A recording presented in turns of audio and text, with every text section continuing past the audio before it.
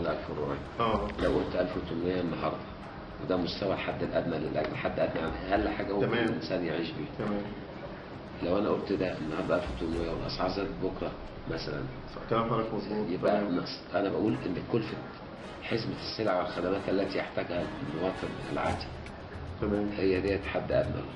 تمام. كلفه السلع والخدمات اللي يحتاجها البني ادم العادي. والله انا كلفه سلع وخدمات اللي تكفيني عشان اعيش ما اموتش بتتكلف كام النهارده؟ بتتكلف زي ما تتكلف.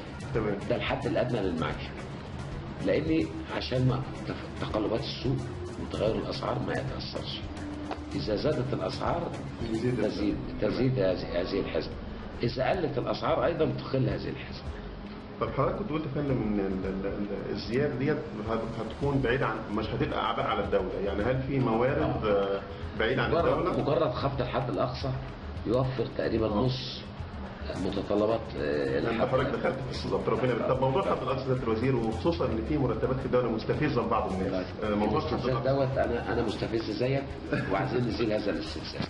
طب سياده الوزير كانوا بيقولوا الفتره اللي فاتت في عمليه اخوانه لبعض المصالح وبعض الوزارات، وان في ناس اتعينت بطرق غير مشروعه. ايه الكلام ده فعلا موجود؟ ولو حضرتك لقيت حاجه في الوزاره عند حضرتك زي كده، ايه الاجراء اللي حضرتك هتتخذه بالنسبه للتعيينات؟ اتباع الطرق القانونيه في معالجه هذا الامر. في مصر سياده الوزير موضوع الاي مسؤوله من منظمه العمل الدوليه، ايه الاجراءات اللي انا كمان كان في انا عارف بس عايزين الجمهور اصدار المشكله بيننا وبين منظمه العمل الدوليه اصدار القانون. القانون دلوقتي هتسمع برضه الاسبوع ده هنقعد حوار اجتماعي بيننا وبين كل الشركاء والزملاء في النقابات لاصدار القانون. القانون احنا اصلا متناقشين عليه 100 مره. تمام. ومجرد صدور القانون انا ابشرك برفع اسم مصر نهائيا يا رب من قوائم الشورت ليست. وغير كده ممكن كمان تبقى توصيات منظمه العمل الدوليه. القوات المسلحه سياده الوزير، انت حضرتك اتهمت الحكومه اللي فاتت ان هي كانت بتاجل الانتخابات عشان تدي فرصه للقيادات الاخوانيه انها تنظم كوادرها داخل الانتخابات النقابات المستقله. ان شاء الله هتكون امتى تقريبا؟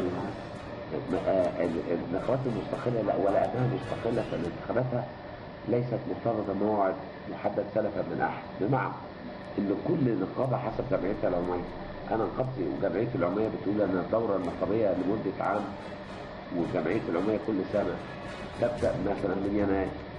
طيب في نقابه ثانيه بدات من فبراير مارس دوره، لكن ما فيش اجنده، ما فيش تواريخ محدده. كل نقابه حره في دوت. ده تدخل بغيض من اجهزه الدوله في تحديد مواعيد واجندات للنقابات لا صله للدوله. الوزير حضرتك كنت قلت قبل كده ان الحكومه سبقت ان ثوره البياع يعني بقت اكثر من قبل 25 يناير.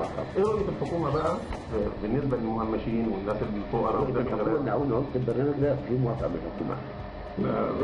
انا عملت 3 ايام هنا في الوزاره واسال الدكتوره ماهر شغالين واعتقد ان كل الوزارات اللي شغاله بايديها واسنانها عشان تبقى قد هبه الشعب المصري وثوره الشعب المصري في 3 ايام، عشان نحقق جزء من احلام الشهداء واللي ماتوا من اجله.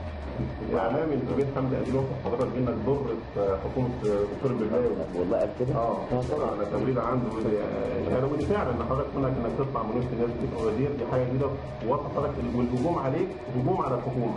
يعني وصف حضرتك الحكومه بحضرتك. الله يجزاك.